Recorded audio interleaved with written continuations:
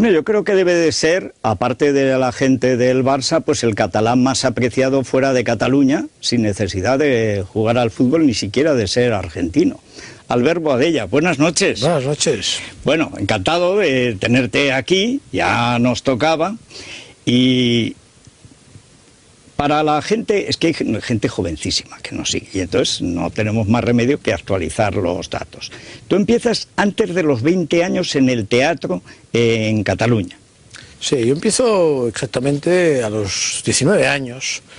Vengo de Francia, donde he estudiado teatro y no me... ¿Cómo te dio por el teatro desde el principio? ¿Lo viste claro? A los 19 estabas yo estudié el bachillerato en París y al acabar el bachillerato yo quería ser diplomático. Mira, algunos ¿estás dicen seguro de que había querías? organizado la Tercera Guerra Mundial. Pues es posible. Y mis padres, pues no, en fin, no podían costear, porque era muy complicada la carrera diplomática en Francia. Entonces no sé por qué, jamás he sabido por qué. Dije, pues si no puedo ser diplomático, voy a hacer teatro. Es una representación también. Que también es cierto. Bueno, ¿tú creíste que cuando hacéis el Joglars o cuando simplemente empiezas en el Instituto del Teatro de Barcelona, que iba a tener el éxito que tuvo el Joglars tan pronto? Yo estaba mirando ahora, en los principios de los primeros años 70, la primera obra que llega a Zaragoza, cuando yo acabo de cumplir 18 años y empezó primero, es Maridous, un poco complicada la obra, sí. Pero el Joglars ya estaban en un momento, digamos, de un prestigio enorme, llevaban pocos años además funcionando. ¿Por qué tiene tanto éxito el Joglars desde el principio? Bueno, seguramente porque es una alternativa un poco insólita, ¿no? Es decir, nosotros hacíamos un teatro que no existía en el conjunto de los teatros españoles.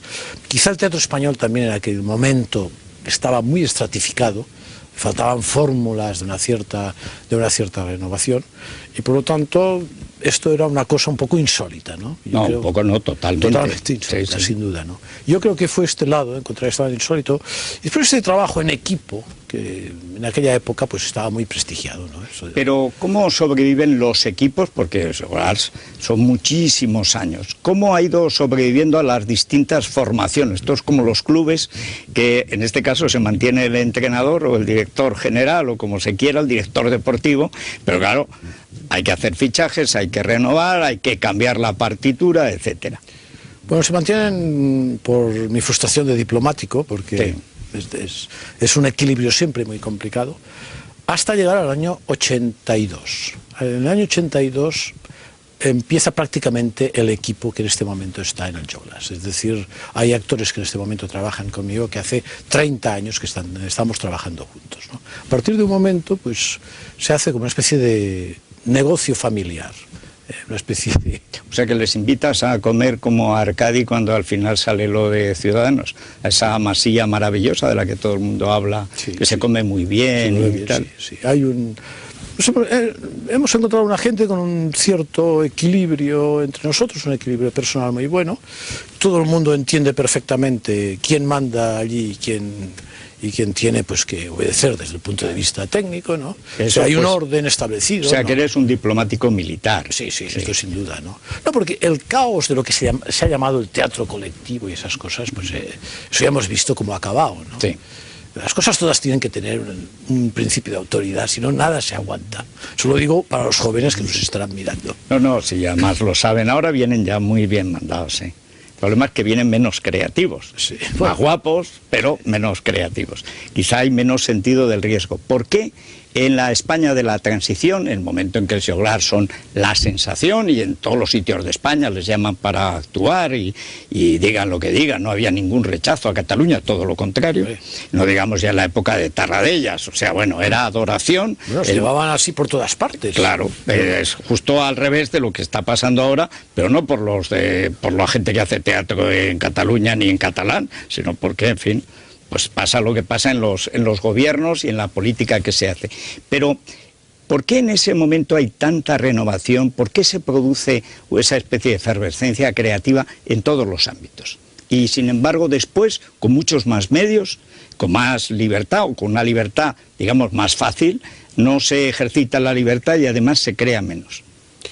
Bueno, yo creo que en aquel momento los delirios nacionalistas que posteriormente han aumentado hasta límites ya jamás hubiéramos imaginado, ¿no? En aquel momento esto era una cosa muy secundaria, ¿no?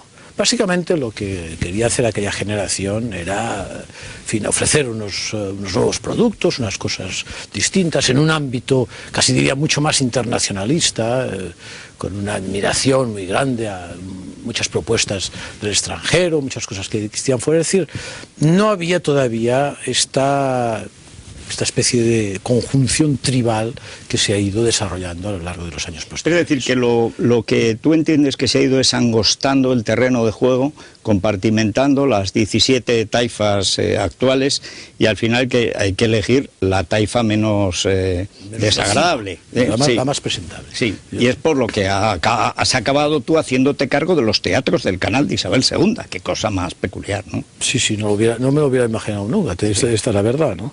Pero sin duda, es decir, yo pues he hecho una especie de autoexilio en esta cuestión, ¿no? Me ha parecido imposible seguir haciendo nada en Cataluña. Bueno, yo he hecho como hacen tantos artistas, que un buen día, pues... Sí, unos lo cuentan, como lo has contado en tu libro, lo de Adeu Cataluña, y otros no lo cuentan, pero lo hacen. Son los que votan con los pies, como se decía en el socialismo real, ¿no? Bueno, que se van, sí. Se van y se van. Sí. Bueno, yo creo que en este momento, en fin, un artista, alguien que tenga un cierto principio de libertad en su mente, se le hace difícil estar en Cataluña. Se hace difícil no solo por las cosas que le pueden afectar a él, sino por las cosas que pueden afectar a los demás, ¿no? Por ejemplo, en Cataluña la normativa de subvenciones en este momento solo subvenciona las obras en catalán. Es decir, se salta por... Bueno, más de la mitad de la población para empezar. Claro. Sí. Entonces, ¿cómo es posible que incluso mi propio gremio, el gremio que está en Cataluña, no haya protestado, aunque hagan teatro en catalán, no haya protestado por esta normativa? ¿Cómo es posible? Pues este es el problema. Es decir, que ahí, pues como pasó en el último asesinato de ETA, que siguieron con la partida de tute reemplazando al muerto. Es decir, que aquí todo el mundo juega al tute, no quiere líos y vayan días y vengan ollas, aunque sean pequeñitas, ¿no? Es decir, se ha instalado un silencio monumental.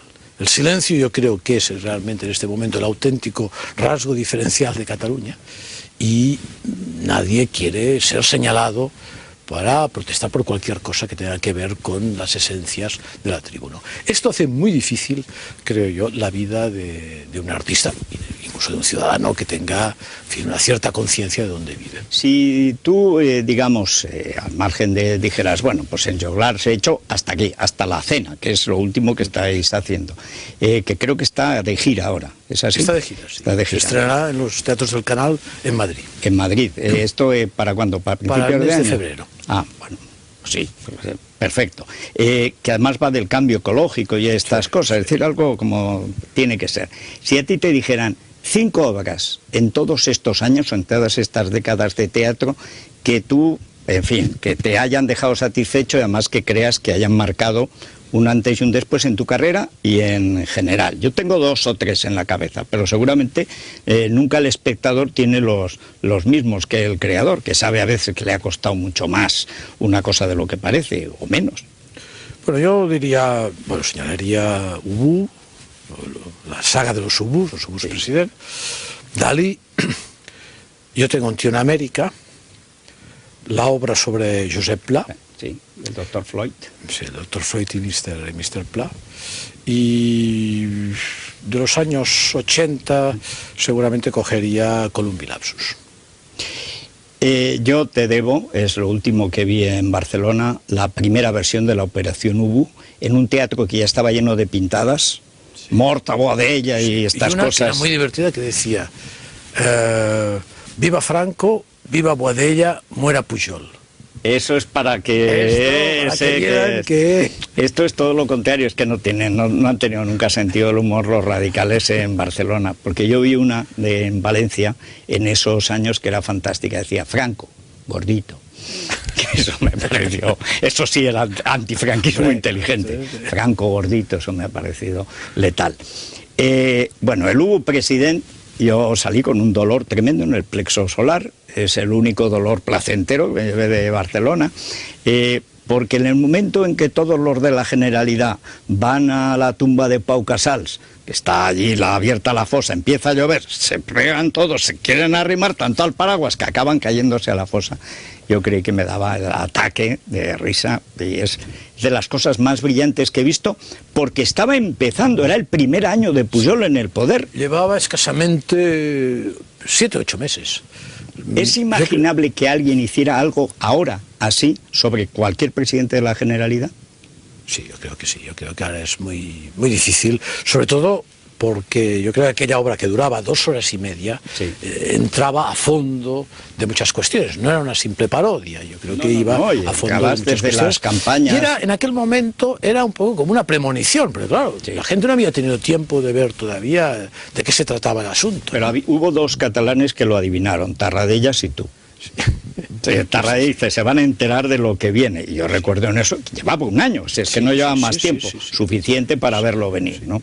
Nosotros tuvimos la desgracia que Tarradellas era un hombre tan mayor, ¿no? Sí, no hubiera sido un presidente, no ya de Cataluña, de toda España. Un presidente excepcional, sí, sí. Porque él era partidario de algo importante, que era la seducción. Es decir, si nosotros tenemos que conseguir alguna cosa del resto de los españoles, es en todo caso seduciéndoles, pero no andando ahí con el cuento de la lágrima o tratando de hacer aquí un pulso, ¿no? Bueno, yo recuerdo cuando hace una gira de despedida a Tarradellas, cuando se va, en el 80, que en Teruel lo recibieron, vamos, ni a Isabel II se hubiera ido a Teruel, que nunca fue, pero no había estación y estas cosas, pero, o sea, como si fuera, no sé, pues después del Papa, de lo más importante que apareció por Teruel, porque era adoración lo que había conseguido Tarradellas.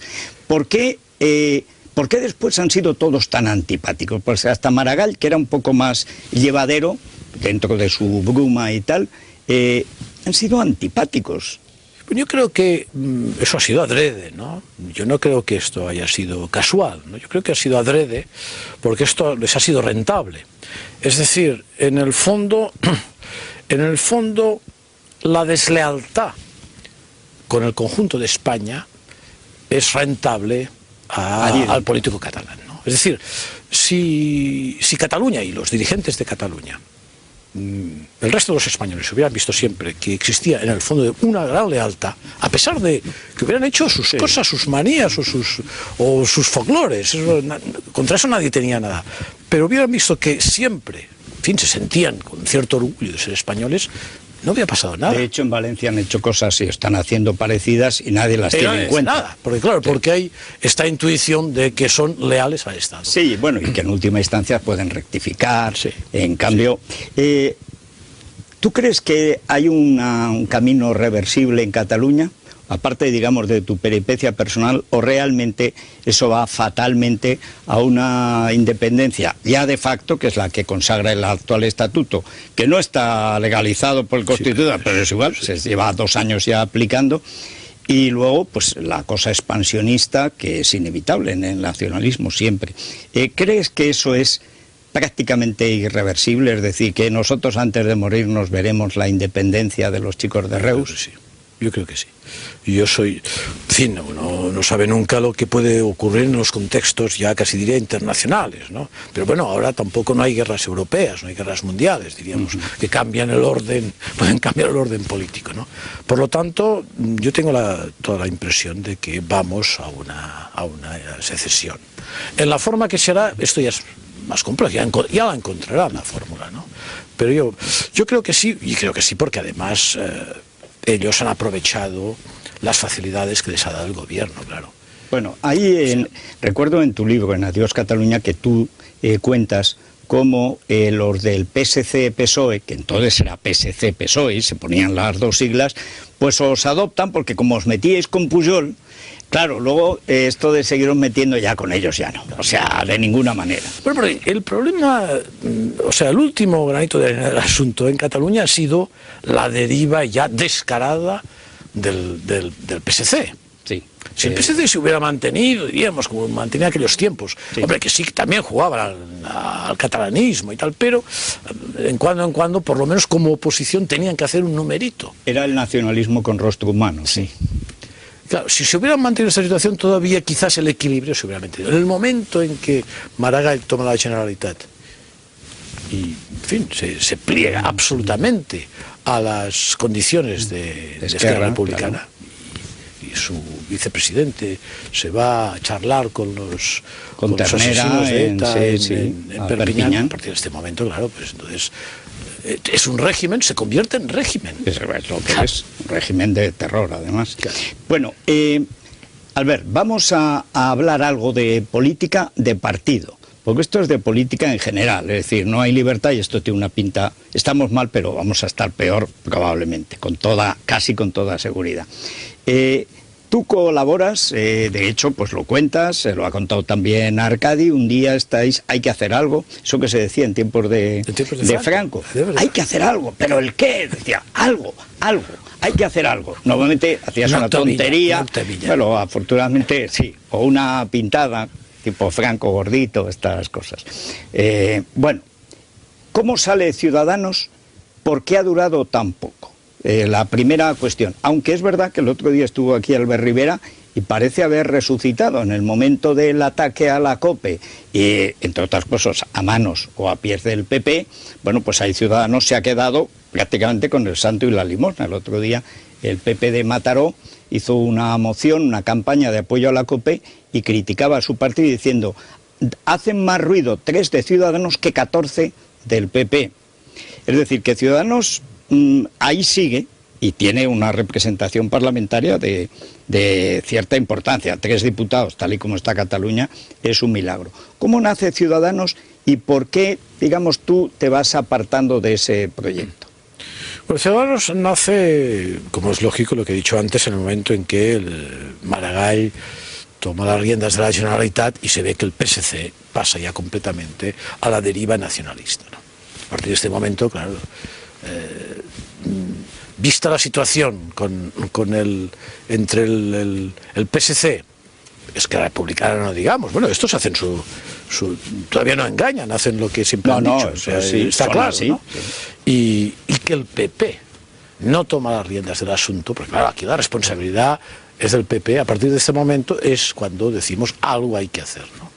Esto es si el PP hubiera hecho su trabajo, Ciudadanos no hubiera tenido por qué salir. Tú le llamaste un partido de emergencia a Ciudadanos, sí, ¿no? Sí, de auténtica... Ahora, el problema es que eso se pone en marcha y luego la vida cotidiana del político es muy dura, porque ahí hay gente, bueno, pues hay gente muy famosa, muy brillante y tal, pero luego a la hora de dar el paso a la política no lo da nadie. No sé si por desgracia o por suerte. ¿Eso por qué se produce? ¿Porque es muy dura la política?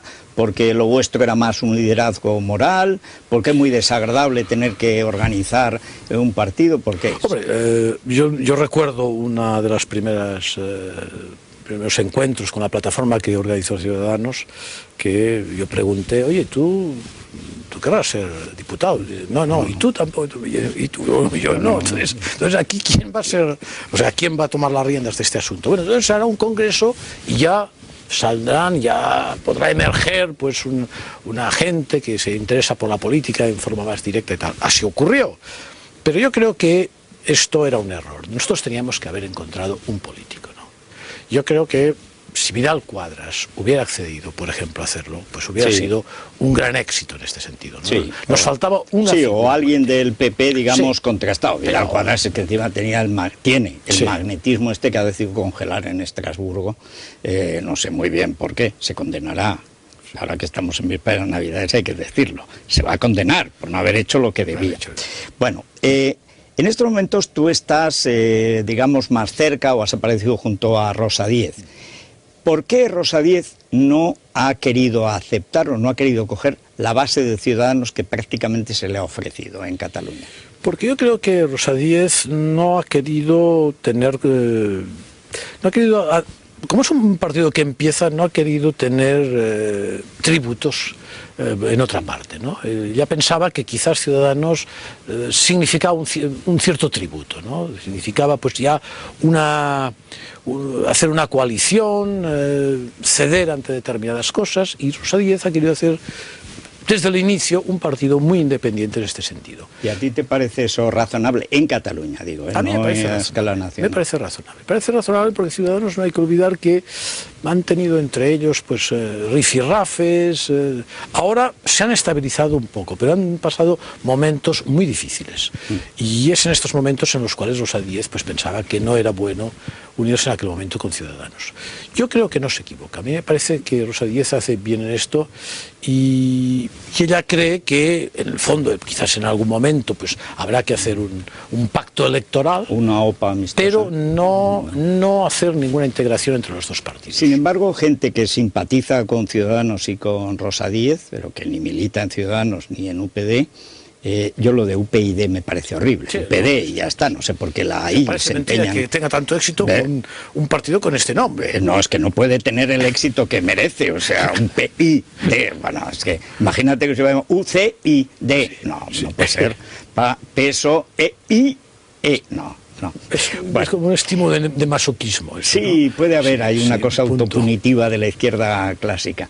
Bueno, pero no se entiende muy bien por qué los únicos grupos que están defendiendo la idea de España y la idea de libertad, las dos ideas básicas de lo que fue el PP histórico, que por ejemplo, no solo a nivel catalán, sino también nacional, representó Vidal Quadras, la época de oro, digamos, de Aznar en la oposición y en la primera legislatura. Bien, ¿por qué? Es que no se acaba de entender que no haya un acuerdo, habiendo una situación tan de emergencia, teniendo Rosa Díez, en el mejor de los casos, una perspectiva de crecimiento grande, pero limitada, porque la política es lenta hasta que va cuajando. ¿Por qué no hay en torno a los contenidos un acuerdo que, digamos, obligue, incluso a los de Ciudadanos, decir, bueno, hay que entrar ahí porque eso es lo que nos va a dar una fuerza tremenda? Y hay 3 elecciones ahora seguidas, en Galicia, en el País Vasco y en las europeas, que son, digamos, las ideales para UPD. ¿Por qué en torno a estas ideas no es resulta tan complicado crear una convergencia? Yo creo que hay una falta de química. No se entienden, no se quieren. No se quieren. Sí, yo creo que hay una falta de química. Yo creo que esto es la realidad. Lo guapo que Rivera y tal, sí, y nada. Sí, no. Además que lo hemos visto incluso como Nadal. Prácticamente, nada, sí. En cueros lo hemos visto, ¿no? Y ni aún así. No hay, o sea que hay física, pero no hay química. Sí, yo creo que este es esencialmente el problema. Hombre, también hay que decir que Ciudadanos es un partido muy cerrado en Cataluña, ¿no?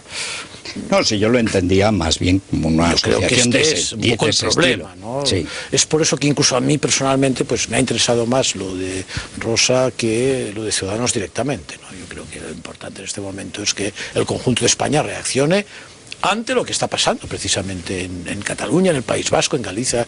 Es decir, que eso cuesta mucho, porque claro, te vas por esos mundos, bueno, y la gente pues tampoco no se desesperan demasiado de lo que está pasando, ¿no?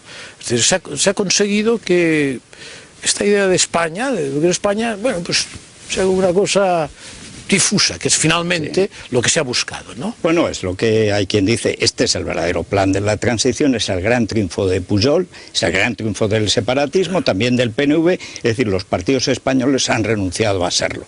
Y los que no renuncian pues son muy pequeñitos, no diré solo simbólicos, porque la política da muchos cambios y muchas vueltas, pero, en fin, de momento frágiles, débiles, y Rosa Díez es doña oposición, pero es ella, la única.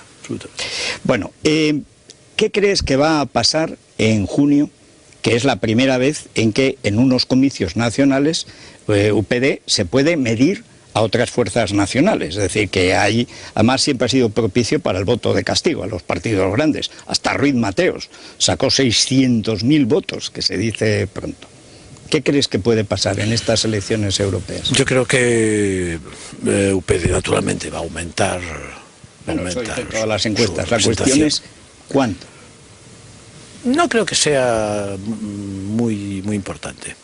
No tengo la impresión. Tengo la impresión que sí, que será significativo.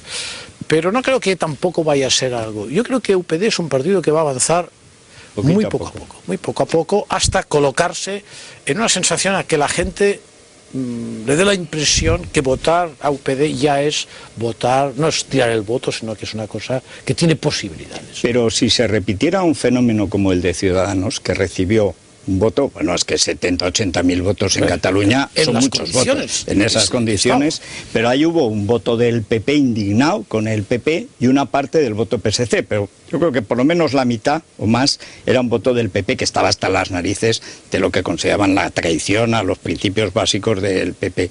¿Eso no se puede producir también en este mes de junio? Puede producirse, porque incluso yo conozco gente muy metida dentro del PP que no va a votar el PP. Hombre, pero gente no significativa, sí, significativa dentro del pero PP. Por supuesto, eso es lo de Churchill, para defender las ideas no he tenido más remedio que cambiar de bancada, ¿no? Pues... O sea que eso sí que es muy posible, ¿no? Yo creo que naturalmente, fíjate que son los socialistas los que se ponen histéricos con Rosa, y yo en cambio creo que los votos va a tener votos del PP. Hombre, porque la base, la idea nacional está mucho más fuerte en el PP después de los 15 años de Aznar que en el PSOE, ¿no? Sin duda. A pesar de eso, a pesar de que el PP no está por estas cosas en este momento, es decir, yo creo que el PP va evitando la cuestión territorial constantemente. Bueno, ¿cómo te convence Esperanza Aguirre para que te vengas aquí a esta especie de numancia liberal en que se ha convertido la Comunidad de Madrid, con excepción del Ayuntamiento, hay que decirlo? Bueno, Esperanza me lo propuso hace 4 años. Y entonces en aquel momento, pues no, en fin, las cosas todavía estaban en una cierta coexistencia pacífica en Cataluña. Yo en aquel momento le dije no. Y cuando ahora se pusieron tan complicadas, pues... O sea que ya la pretensión viene de antigua y te viene rondando hace tiempo. Sí, hace 4 años que lo dijo. Caramba, que, o sea que sí que lo vio claro. Sí. Esperanza en un acto en el cual estaba Maragall en Barcelona, en el Foro de Economía, creo que se hizo en Barcelona. Esperanza le dijo a Maragall, y voy a pedirle a Albert Boadella que sea el director de los teatros del Canal, y te lo digo para que no me lo quites, no me robes la idea, cosa que Maragall no estaba para nada dispuesto a utilizar. O sea, primero que no se era lo muy creyó optimista. Y luego estaba encantado, claro. Estaba encantado. ¿Y en qué momento das ese paso que cuentas en el libro? O sea, ¿en qué momento, primero en el interior, que cuesta mucho, porque esto de dejar lo que ha sido el entorno de toda tu vida profesional, familiar, etcétera, pues tiene que ser muy difícil? ¿Y en qué momento dices, bueno, además profesionalmente aquí se acabó lo que se daba? Pero sobre todo el momento en que en mis entornos más próximos, casi diría, casi familiares y, en fin, y de amistades, noto como ocurre como cuando empezó a emerger el nacionalsocialismo, ¿no? Aquellas cosas que se cuentan, que hay una especie de silencios, de boicots, de gente que no llama, noto realmente este aislamiento, ¿no? Entonces digo, aquí ya no es posible. Y sobre todo porque hay un día, pero de un día para otro, que nadie contrata el Choglàs en Cataluña, nadie llama, ni los medios de comunicación catalanes. Bueno, eso sobre todo. ¿Perdón? Que sobre todo los medios de comunicación son la fiel infantería del estos separatismo, son los medios. Claro. Sí, siempre lo han sido. O sea, es el aislamiento total, ¿no? Pero a partir de este momento, pues digo, bueno, pues me sentí muy liberado. Y la verdad es que lo hice y fui extremadamente feliz cuando lo hice. Es de las épocas mejores de mi vida, cuando pude liberarme de este lastre, de este mal rollo que significaba estar en esta tribu, la cual en los últimos tiempos se ha vuelto maleducada, faltada de sentido del humor, realmente un lugar invivible, ¿no? El otro día cuando iba en tren a coger el AVE, se levanta una señora mayor, pasa por mi lado y me dice, buen día fascista, buen día, así por las buenas.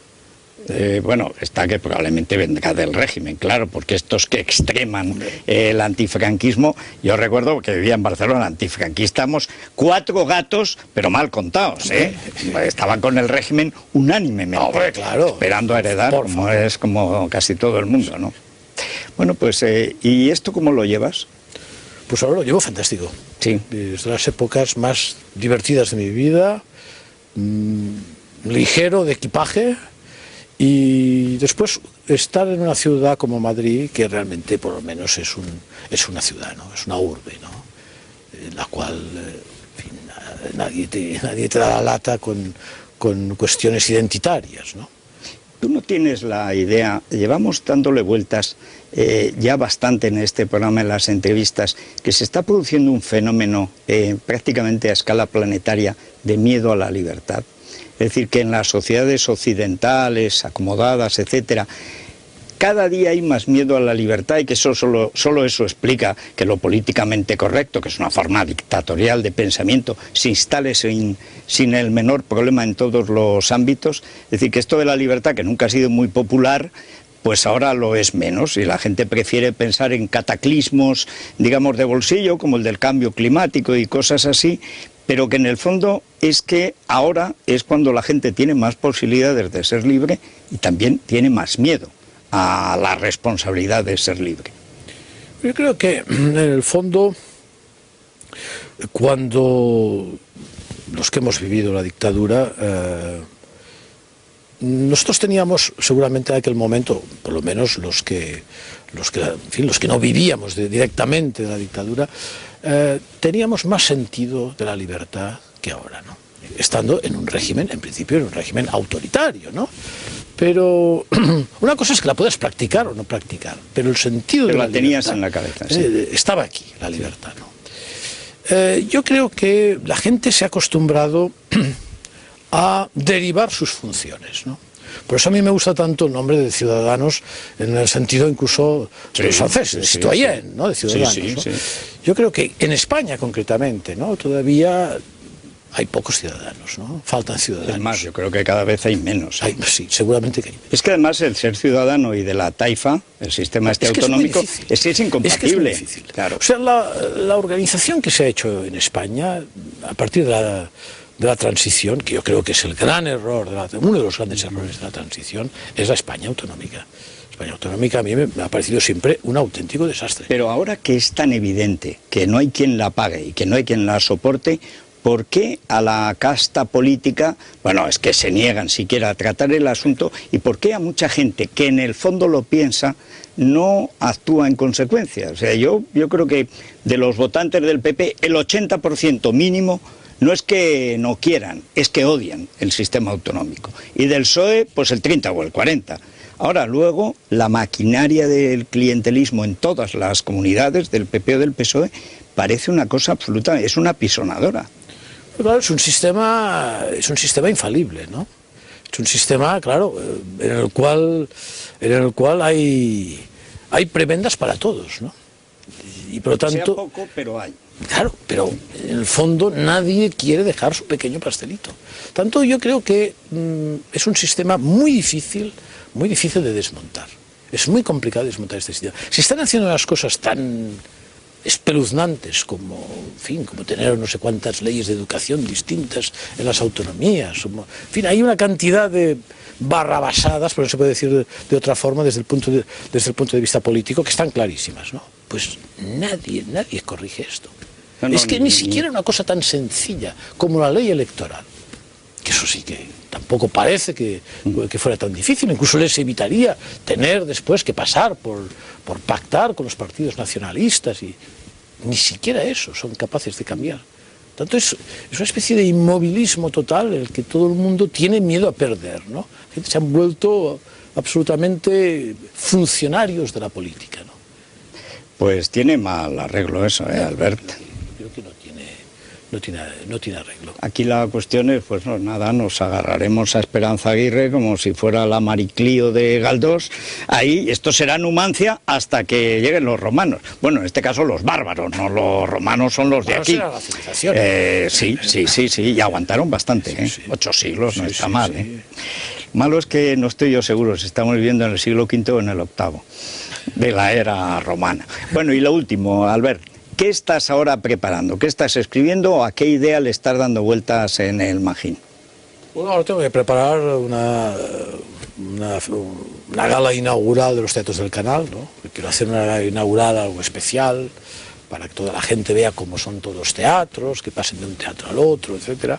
Eso es lo más reciente, y lo haré con una serie de grupos de teatro, los grupos más significativos que trabajan en Madrid. En Madrid, que está haciéndose un buen teatro, ¿eh? Sí, sí, sí. Y además que empieza a ir mucha gente al teatro, es curioso, al cine cada vez menos y al teatro cada vez más. En Madrid hay una serie de grupos que absolutamente, que yo he conocido en estos últimos tiempos, dado mi cargo, absolutamente fantásticos. Yo creo que hay un momento muy bueno para el teatro en Madrid, un momento fantástico. Por lo tanto, pienso o sea que tú aprovechar. Básicamente piensas de gestor, de tal, pero de tu obra creativa no. De mi obra creativa sí, porque tengo que seguir con el Choglass y tengo que hacer la obra de los 50 aniversario. Además. Si dentro de un año y medio es el 50 aniversario de la compañía. No saldrás de una tarta. No, yo creo que la voy a hacer en un geriátrico. Mira, tendría gracia. Ahora vivimos tantos años que... Claro. ¿No? O sea, en el inserso. En el inserso. Yo creo que voy a hacer una obra... La gente de la compañía, todos en el inserso. Bueno, Albert, muchas gracias por estar con nosotros. Aquí estaremos en Numancia aguantando lo que sea menester y nada, pues te iremos a ver al teatro y tú nos verás en la tele y así poco a poco, de mica en mica, s'omple la pica, Sí. tot Bueno, això. en fin, nos autoconsolaremos. Sí, porque si no, no nos va a consolar nadie. Lo haremos con sentido del humor, que es lo único que nos ayuda a resistir esta situación. Pues sí. Muchísimas gracias, Muchas gracias. Albert Boadella. Muchas gracias a todos ustedes por estar ahí y la semana que viene más.